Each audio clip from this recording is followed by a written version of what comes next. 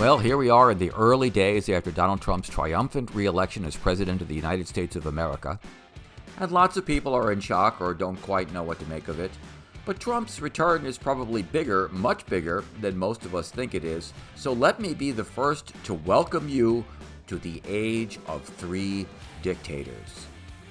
Yes, the world's three most powerful nations are now run by three men who despise democracy and have done everything they possibly can to block it, thwart it, or just plain eradicate it by legal, extra-legal, and brute force means. Donald Trump, the President-elect of the United States, Vladimir Putin of Russia, and Xi Jinping of China.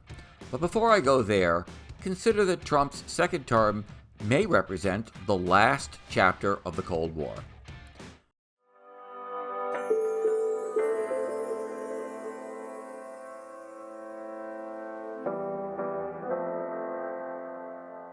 Now, wait a minute, you are saying. The Cold War ended in the early 1990s with the collapse of the Soviet Union. And maybe that's still true, but it's also possible that the United States was a nation waiting to collapse as well, and that now we're in the process of seeing that happen, of seeing that second shoe drop. Let me explain. All three of these nations, empires really, are inhabited by populations who were traumatized by the move of their countries towards globalization in the 1990s. In China, the government massively privatized state-owned enterprises.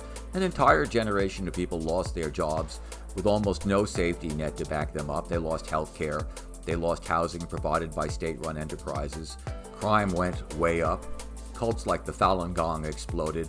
China saw environmental disasters every year. It was probably even worse in Russia, where glasnost and perestroika and the end of the USSR led to an economic freefall. State enterprises hijacked by oligarchs, ordinary people, teachers, doctors, nurses, engineers, reduced to driving taxis or begging in the streets. And in the United States, the North American Free Trade Agreement coldly sold out an entire generation of Rust Belt workers whose ruined lives following plant closures were cynically written off as the price of progress. These traumatic events may have made Russia, China, and the USA's respective populations very cynical and even fearful about democracy and receptive to dictatorial strongmen who disdain democratic ideas, except to the extent that they can manipulate them to their ends. And Trump, Xi, and Putin aren't the only anti-democratic players on the field, of course. There's Orban of Hungary, Modi of India, Erdogan of Turkey, and maniacs like Bolsonaro of Brazil waiting for his next chance.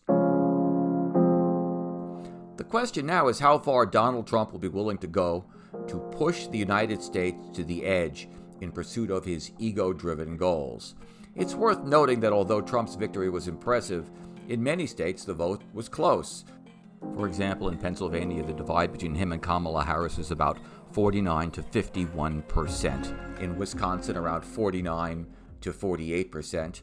And in states like California, Trump decisively lost. If Trump advances his far-right agenda too far, especially against gender, marriage, and voting rights, immigration, and civil liberties, and if he pushes the economy to the brink with tariffs and immigration crackdowns, we could see a United States federal system back to the edge as it was in the mid-19th century, with states openly defying Congress and the White House. Except this time, with a leader unwilling to retreat or mend fences, or even rationally handle the situation if it comes to open conflict. Add to this a post-Cold War factor. With Trump's election, the chances of the world effectively dealing with climate change are probably very small.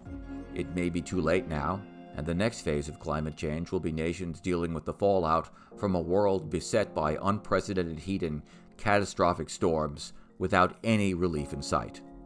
Our three global dictators will then have to deal with the consequences of their own choices, particularly in terms of disaster management and the control of huge migrations of people fleeing increasingly uninhabitable parts of the world. They'll also have to deal with each other, allying at strategic moments while demonizing each other at the same time. So welcome to the age of three dictators.